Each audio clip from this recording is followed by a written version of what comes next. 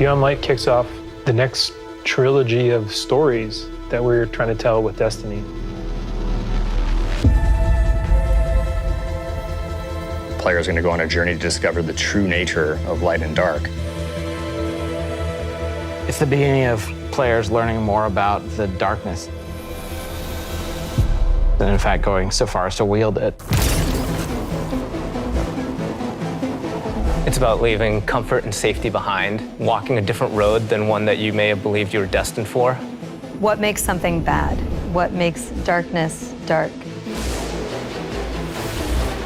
Who's right? Who wasn't? How are those learnings going to change the characters that you have gotten to know over the last 6 years?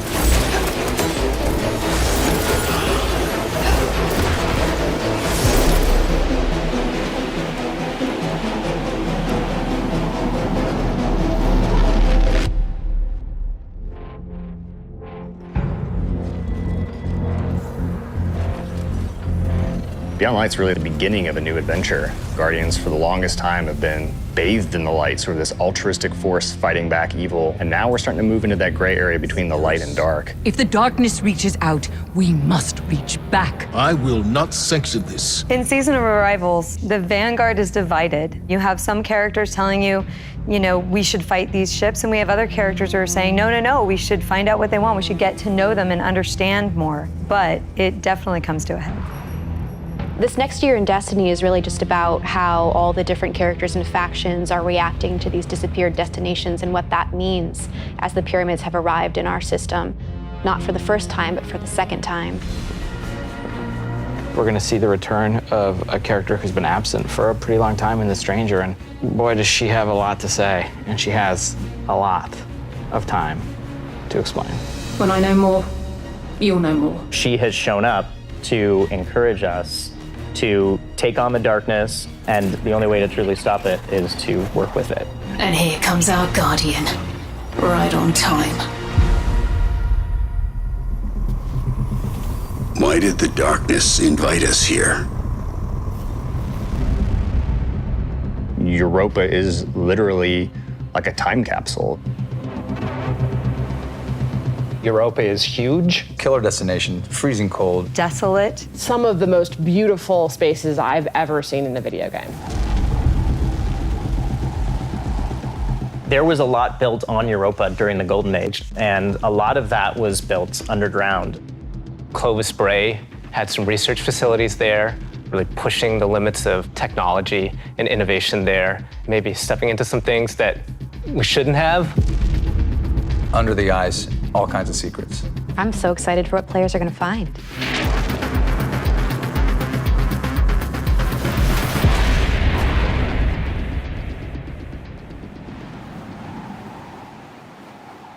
The storm on Europa was actually something we've wanted to do for a long time.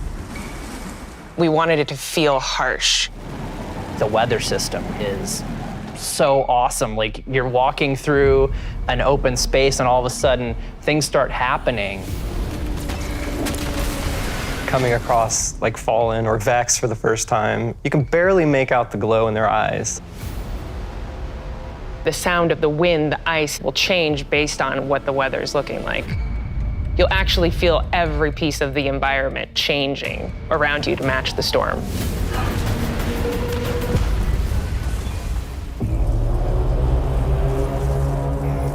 Europa itself is a pretty foreboding place. Aramis is there in advance of us, and she set up a forward base. She has lieutenants who have gotten their hands on Stasis, gotten their hands on the darkness, and they're learning to wield it. One by one, we will rise again. And so I think her motivations are really interesting too. Today, we begin breaking free from our chains.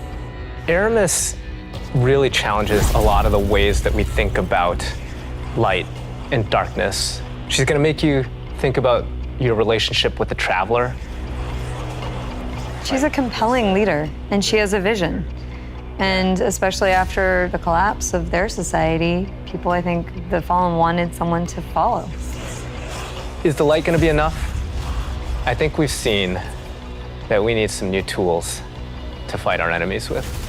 Maybe it's time to fight fire with fire, or ice with ice.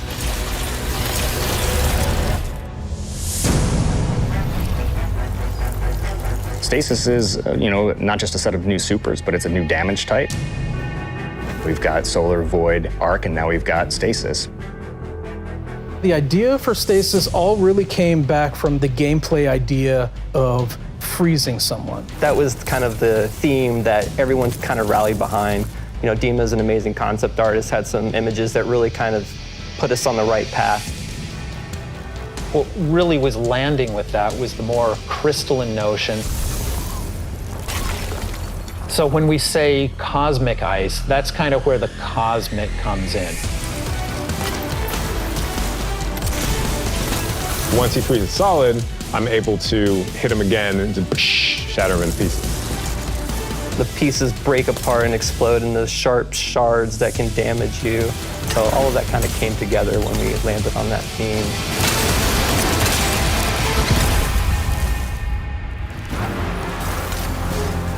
Stasis is going to not only change the way that you can attack or approach combat, there's also some really great ways that you can upgrade it.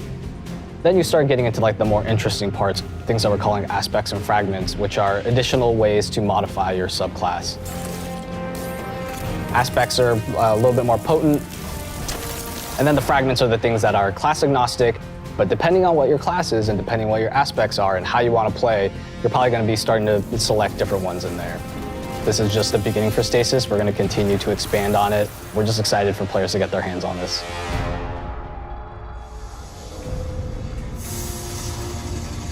When we're creating a new palette like Stasis, we do what we call a source jam. Everyone on the team blocks out about a week where we can say, okay, you're going to go out into the world, microphone, recorder, record anything that reminds you of cosmic ice.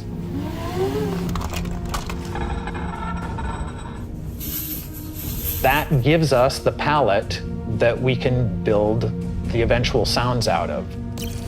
I found personally that the best way to do it was at night. But doing screams, screeches, and blood-curdling yells is a little scary at night.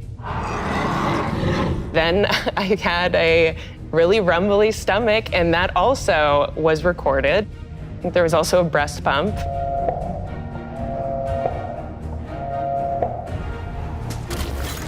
You have to make use of what you got.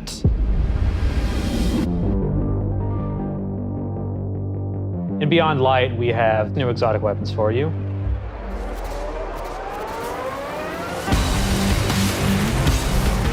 No Time to Explain is coming back. Instead of just being the gun that refills your magazine when you land precision hits, you actually get a little time portal, and it starts spitting out rounds alongside you. You can actually have that on top of the Arc Soul, so you can be your own little mini firing squad if you build for it. Another one we have is the Laments. It uses up your sword's energy to give yourself a new combo that ends up in a big spinning slash. Probably the largest selling point for a lot of people is that it slices right through barrier champions. I think the largest draw for most people is actually going to be the fact that it is a chainsaw sword. Maybe. Yeah.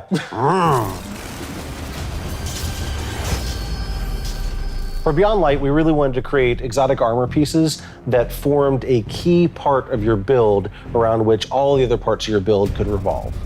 For example, the Titan gets the Icefall Mantle, which is a set of exotic arms that looks like it is crafted from Golden Age tech. When you activate it, you sort of slam your arms down, create a burst of stasis energy, and then you cover yourself in an overshield. The Warlock exotic is Necrotic Grip.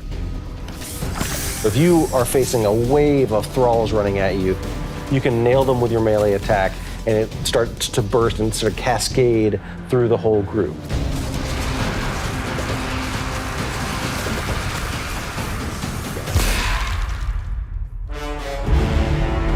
There's a lot there for newcomers coming in too. If you've got a friend who hasn't tried it out, it's a really great time to jump in on New Light, that entry experience for free players.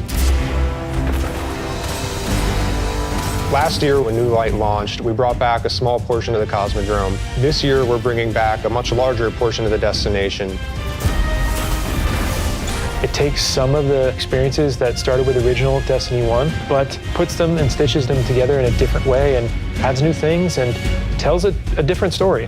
What you're gonna meet in this new opening experience is a character with not one, but two names from Fast and the Furious, Shah Han. Thank the light. I didn't think we had other Guardians on patrol here. What I love about the Cosmodrome is it feels like Destiny distilled.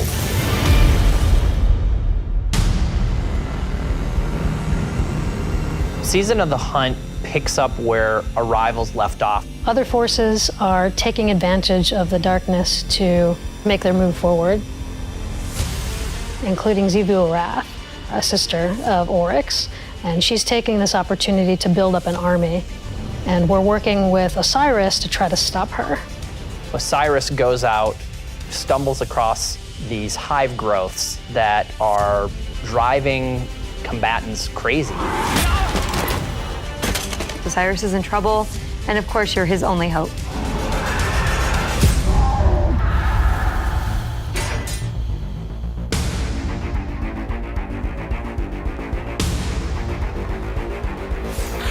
We warned you it was going to be dangerous down here.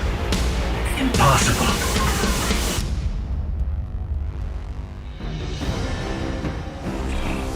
We finally catch up to what we saw at the end of Forsaken, where we saw Aldrin being brought back to life by a ghost. Aldrin, who now refers to himself as Crow, he doesn't know what he did. The slate's been wiped clean when he was resurrected as a Guardian. We know what he's done, and we know what he could be capable of doing, so now we're going to spend some time watching him go back and forth, and that's going to question how we look at him, how we look at ourselves, how we look at the light, how we look at darkness. In Season of the Hunt, we're partnering with the Crow and Osiris to take down the High Celebrant. It's creating these cryptoliths around the system, and those cryptoliths are attracting Elixian Cabal and corrupting them. So Xivu Arath is essentially corrupting herself and army, and it's our job to put a stop to it. I'm really excited to see Xivu Arath fleshed out more and to find out more about her relationship with Savathun and what that means for Year 4 of Destiny.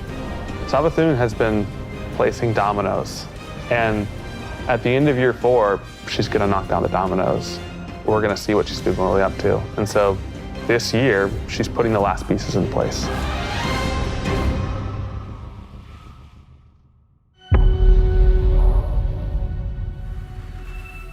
Destiny is just a really incredible world, and there are so many stories for us to tell. We have a lot to look forward to beyond Light, then the Witch Queen, and then Lightfall, and all the seasonal content between. We feel like we've got a really great way to bring people together. Working through COVID and working through some of the other turmoil in the world right now has been really challenging. I have to admit, I've been pleasantly surprised with how well we've been able to get things done. We're committed to your characters and your community of players. We want to meet you where you are. I think the thing that excites me the most about Destiny's future is how much it's rooted in where we come from. Seeing villains revealed and finding out secrets that we've been hinting at for years. When I look at the team that we're building and continuing to grow and hire, the new leaders that are coming up in Destiny, that gets me super excited.